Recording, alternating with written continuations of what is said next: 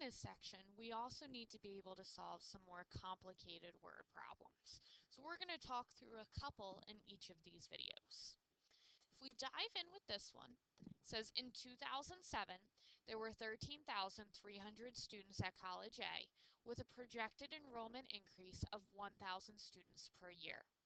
In the same year, there were 26,800 students at College B with a projected enrollment decline of 500 students per year. According to these projections, when will the colleges have the same enrollment, and what will it be? So if I'm thinking through this, it's pretty long and there's a lot of stuff that they're throwing at me.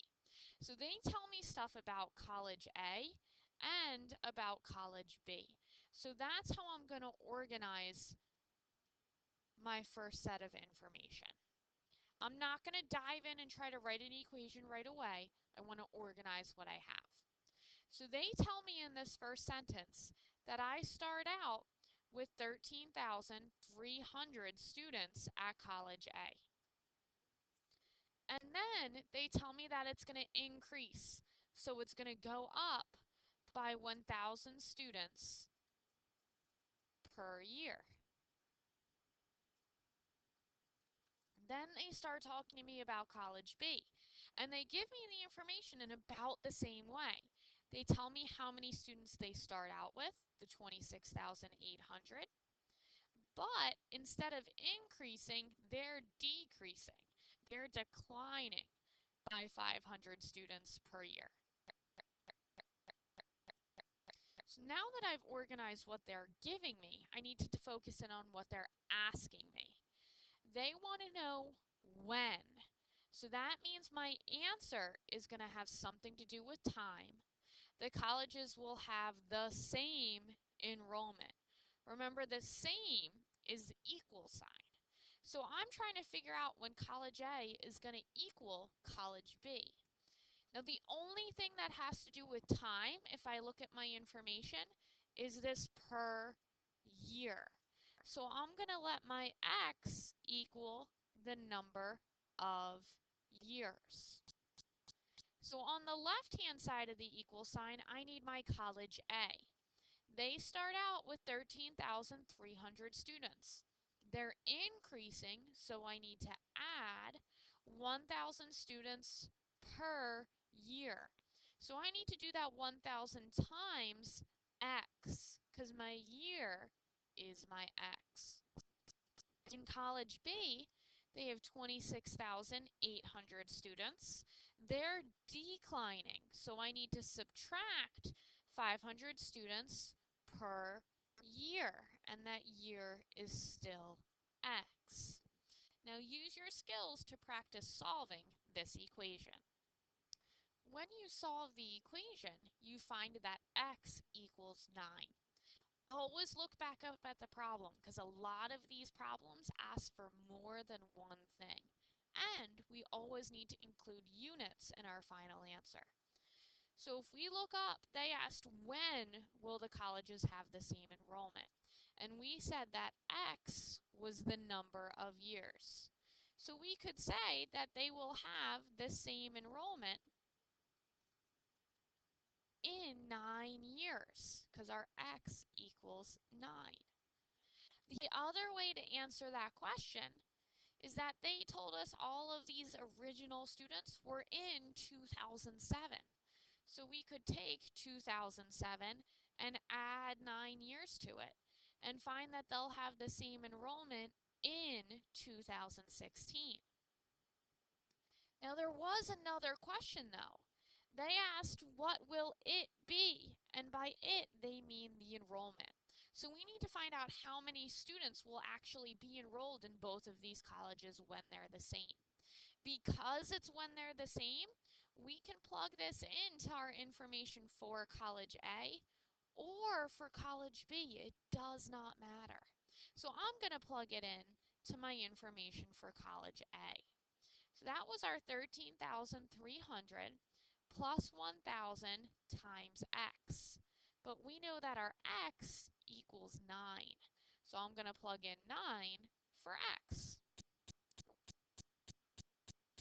When we do that, we find that we have 13,300 plus 9,000. So there's really going to be 22,300 students enrolled.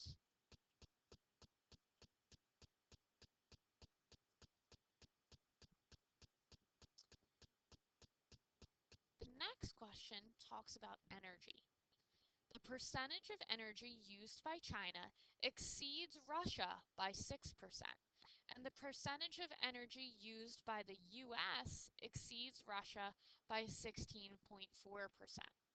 Combined, the three consume 40.4% of the world's energy. Determine the percentage of energy used by each country. So if I focus in on that last sentence, it says determine the percentage of energy. So my answers are going to be the percentage of energy used by each country.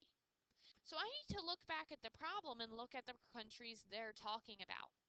They tell me about China, they tell me about Russia, and they tell me about the US.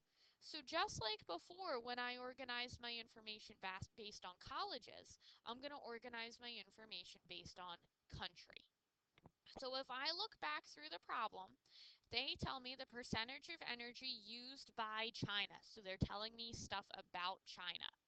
Exceeds Russia. So that means it's higher than Russia by 6%. So they're telling me that that China is Russia plus 6%. Then they tell me the percentage of energy used by the US. So they're telling me about US exceeds Russia. So our US is also Russia plus something by 16.4%. Then they tell me combined. Combined was a keyword for addition. So combined the three. So they're telling us that China plus Russia plus the US consume 40.4% of the world's energy. So if we look at all the information we don't know anything about Russia. So Russia is going to be our X, the percent of energy consumed by Russia. That means that China, instead of Russia plus 6%, is X plus 6%. And the US is X plus 16.4. So instead of China, I want to write X plus 6. Instead of Russia, I want to write X. And instead of US, I want to write X plus 16.4. Now I need to solve this equation. And notice I dropped those percents because normally we don't include units in the equation that we're actually solving. So I need to combine X, X, and X because they're like terms. Remember, we can pretend that there's ones in front of all of those X's. So we have 3X. And I also need to combine my constants, my 6 and my 16.4, to get 22.4. I need to undo my addition with subtraction. I'll get 3x equals 18. And then I need to undo my multiplication with division. I find that x equals 6. But I can't stop there because they told me to determine the percentage of energy used by each country. So if my x equals 6, China is 6 plus 6, or 12. So China uses 12% of the energy. Russia was just represented by X, so Russia uses 6% of the energy. And the US was X, or 6, plus 16.4, or 22.4% of the energy.